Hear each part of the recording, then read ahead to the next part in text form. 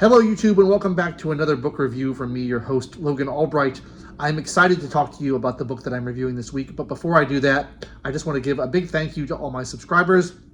The channel recently hit 4,000 subscribers, which I know is not a lot on YouTube. 4,000 is not a lot. It's a small channel, but it seems like a lot to me, and it's more than I expected when I started this channel, and I'm grateful for all of you. So thank you for watching, and thank you for subscribing. And if you are new to the channel, I hope you will subscribe as well after you hear what I have to say about this wonderful book that I'm talking about today. I was recently in San Francisco for a work trip, and I needed a book to read on the plane home. So I wandered into a used bookstore, and I looked around for a while, and I didn't see anything I liked, and I kept looking, and I eventually stumbled across this book in the used fantasy section called Kingdoms of Elfin by Sylvia Townsend Warner. I had never heard of Sylvia Townsend Warner. I had never heard of Kingdoms of Elfin, but I like fairy-related things a lot. It's something that I'm really interested in. I've read a lot of books on fairy mythology, both kind of like anthropological and fictional, and I thought this looked really cool, and so I picked it up. And I read it, not all of it on the plane ride home, but a good chunk of it, and I just finished it recently, and I thought it was absolutely delightful. Sylvia Townsend Warner had a long career as a writer. She's not very well remembered today. In fact, this book is currently out of print, and I was not able to find a new copy of it when looking online, but there are plenty of used copies available. And her first novel is her most well-known. It's called Lolly Willows, and it's about a woman who becomes a witch. I am now interested in reading that after I enjoyed this. This is her final book published within her lifetime. It came out in 1977, and it's a collection of kind of linked short stories that talk about fairy courts and fairy kingdoms.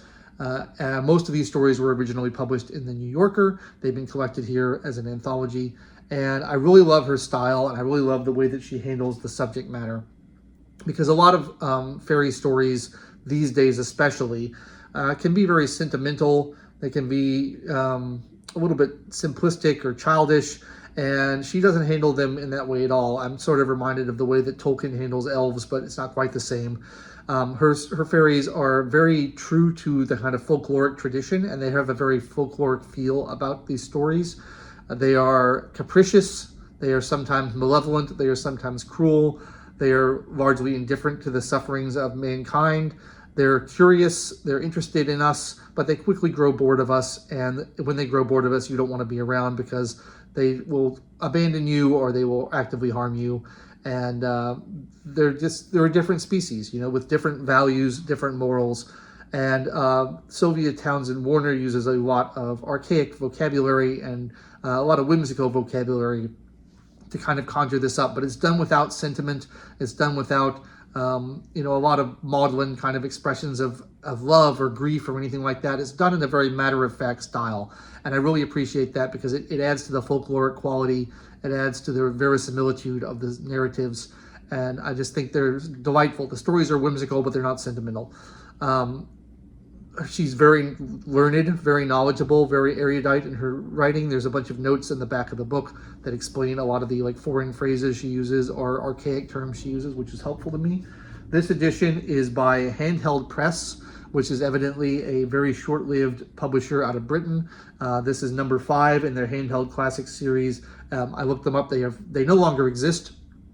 This edition came out in 2018. They apparently only put out less than 10 books before they went out of business. But it's a nice edition, and I really enjoy the supplemental material, the introduction, the preface, and the notes at the end are really nice to give me a context of the author's life and all that went into these stories. But there's a timeless quality about the stories. They really don't feel like they were written in the 70s. They feel like they could have come from a much older time period. Which I like. I always like timelessness in my books. I like to, especially in my fantasy, I like to feel like they could have been written at any point in the last 500 years, basically, and you get a lot of that in here. So there's a lot of mixing of the elfin kind with the mortals and kind of how they relate to each other. The fairies in these stories can be invisible at will. Most of the time they're invisible. They can turn visible to mortals if they want to. They are about 4/5 the size of a human, so they're not like the tiny fairies of Victorian folklore. They're a little bit closer to human size, but still on the small side. They are not immortal, but they live much longer than humans do. They have lots of interesting diversions and fascinations, and a bunch of different fairy kingdoms are explored throughout the course of this book. Some of them are in Scotland, some of them are in France, some of them are in the Middle East, and they all have their own traditions and their own habits that they get involved in. There's a little bit of an element of kind of Mervyn Peake's Gormenghast in the elaborate rituals and courtly proceedings that go on in all these kingdoms, which I love Gormenghast. It's one of my favorite stories. So having that kind of echoed a little bit in these stories was very pleasant to me, very enjoyable. The stories are not especially plot focused. They tend to be a little bit more of like a window into another world building focus. The plots will often kind of drift from one point to another and abandon the earlier plot points to go in some completely different direction, because you're following characters and you're following just the what the world is like. And that also, I think, adds to the folkloric quality, where they really kind of feel like something that would have been handed down through oral tradition rather than something that was, deliberately composed to have a beginning, middle, and end. And, a lot of, if you read like Grimm's fairy tales, a lot of those stories don't make much sense from a literary perspective. Like you would never write a story like that, because you would want to craft a more elegant arc and worry about the character arcs and the development and all the things that writers care about. When you have an oral tradition story that's just handed down, it's a lot more random and a lot more just various pieces of folklore creeping in without much rhyme or reason to them, and there's often an anticlimax and the story ends without much of a resolution. There's sort of that feeling to a lot of these stories, which again makes them feel very realistic. It makes them feel very folkloric, and I just thought that was utterly delightful. So this is my favorite book I've read in a long time. It's going up there on my list of 5-star books for the year, which there are very few of. But I would highly recommend checking it out if you are into kind of fairy lore or any kind of Celtic lore.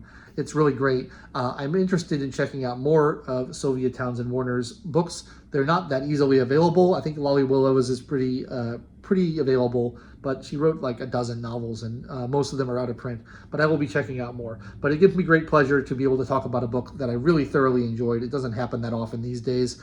And so this was just like a very serendipitous find. You never know what you're going to discover when you go into a used bookstore and just look around.